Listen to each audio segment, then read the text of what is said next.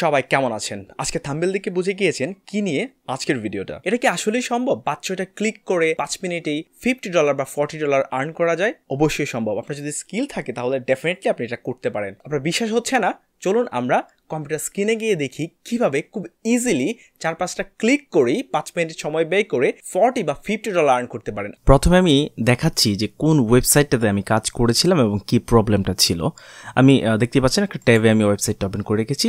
Basically এটাই ছিল ক্লায়েন্টের সাইট। এখানে দেখতে পাচ্ছেন একটা ভিডিও। তো তার প্রবলেম যেটা ছিল, ভিডিওটা প্লে হচ্ছিল না। এখানে একটু যদি স্ক্রল করি, এইখানে দেখতে পাচ্ছেন একটা প্রাইস টেবিল আছে। তো আপনি যখন এখানে ক্লিক করবেন, এখন দেখতে পাচ্ছেন যখন এখানে ক্লিক করা হচ্ছে তখন ইয়ারলি যে প্ল্যানগুলো আছে এই প্ল্যানগুলো এখানে শো করতেছে এবং এখানে যখন মান্থলি দেয়া থাকবে তখন এখানে মান্থলি যে প্যাকেজগুলো আছে এই প্যাকেজগুলো এখানে শো করবে। বাট ক্লায়েন্টের এটা হচ্ছিল না। এলিমেন্টর যে প্লাগইনটা আছে এটা ঠিকঠাকভাবে কাজ করছিল না। এটা ছিল একটা প্রবলেম।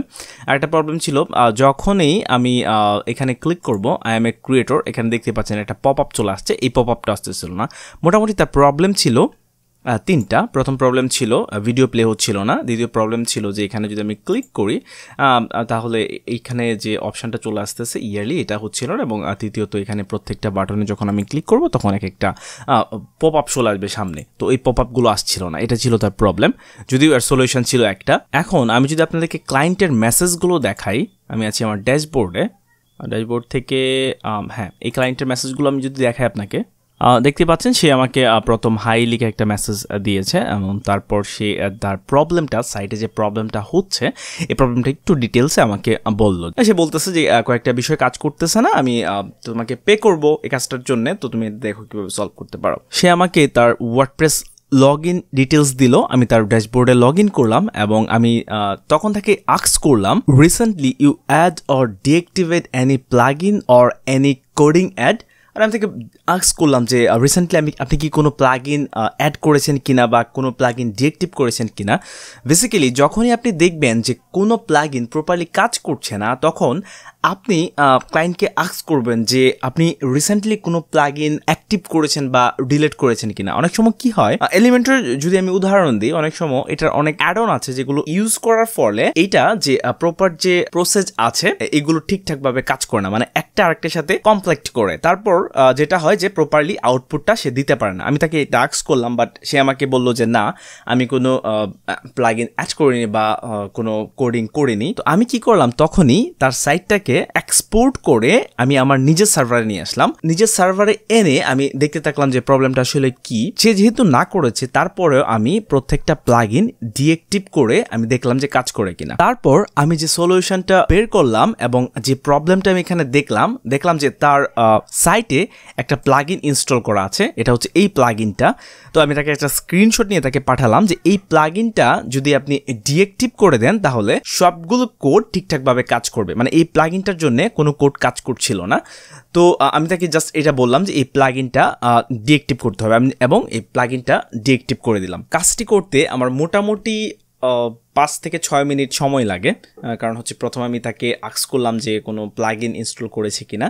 তো যদিও এই কনভারসেশনটা দেখতেই পাচ্ছেন অনেক লং, কারণ একসাথে আমি কাজটা করিনি। আমি তাকে প্রথমে একটা কোয়েশ্চেন করি, তারপর সে অনেক পরে সেটা রিপ্লাই দেয় এবং পরবর্তীতে আমি আবার অনেক পরে সেটা ব্যাক করি বা চেক করি। প্রথমত আমি দেখলাম যে তার সাইটটাতে কোনো প্রবলেম আছে কিনা, সবকিছু দেখলাম ঠিকঠাক আছে। তারপরে আমি তার সাইটটাকে আমার নিজের হোস্টে নিয়ে আসলাম, কারণ আপনি যখন ক্লায়েন্টের কোনো সাইডের কোনো কিছু ফিক্স করবেন, সেটা প্লাগ ইন রিলেটেড হতে পারে বা কোডিং রিলেটেড হতে পারে, সবসময় আপনি তার সাইটটাকে একটা ব্যাকআপ নিয়ে নেবেন অথবা আপনার সাইটটা, তার যে ক্লায়েন্টের সাইট সেটা এক্সপোর্ট করে আপনার সার্ভারে নিয়ে আসবেন বা আপনার ওয়ার্ডপ্রেস এখানে ইম্পোর্ট করে নেবেন। তাহলে সুবিধাটা হবে কি, আপনি এখানে নির্দ্বিধায় সবকিছু চেঞ্জ করতে পারতেছেন বা সবকিছু ডিলিট বা অ্যাড করতে পারতেছেন। কিন্তু ক্লায়েন্টের সাইটটা যখন লাইভ সার্ভারে থাকে তার এখানে তখন কিন্তু এত কিছু চাইলেও করা যায় না যে আমি এটা ডিঅ্যাক্টিভ করে দিই বা এটা আমি অন করে দিই বা এটা ডিলিট করে দিই। তখন যদি প্রবলেম হয়ে যায়, তার সাইটটা পুরো যদি নষ্ট হয়ে যাওয়ার একটা চান্স থাকে কিন্তু।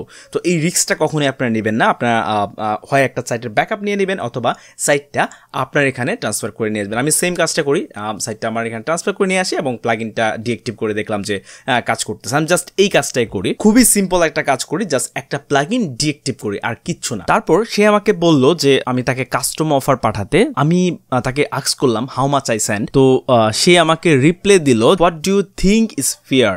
আমি বললাম যে অ্যাজ ইউর উইশ, কারণ আমি ভাবতেছিলাম হয়তো বা $15 বা $16 হয়তো সে আমাকে অফার করতে পারে এই সিম্পল একটা কাজের জন্য। আপনারাও এই সেম কাজটা করবেন।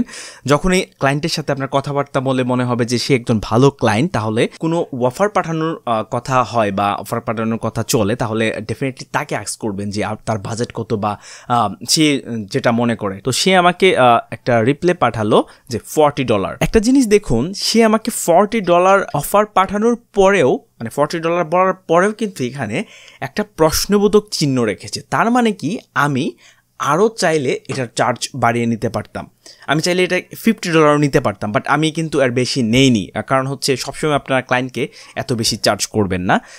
সবাই কিন্তু চায় যে একটু চিপ প্রাইজে কাজ করে নিতে। তো আমি কিন্তু আর বাড়াইনি, চাইলে কিন্তু আমি এটা $60 নিতে পারতাম, কারণ যেহেতু সে $40 পরেও একটা কোয়েশ্চেন মার্ক দিয়ে রাখছে। আমি বললাম যে ইটস ওকে, আমি তাকে অফারটা পাঠালাম না।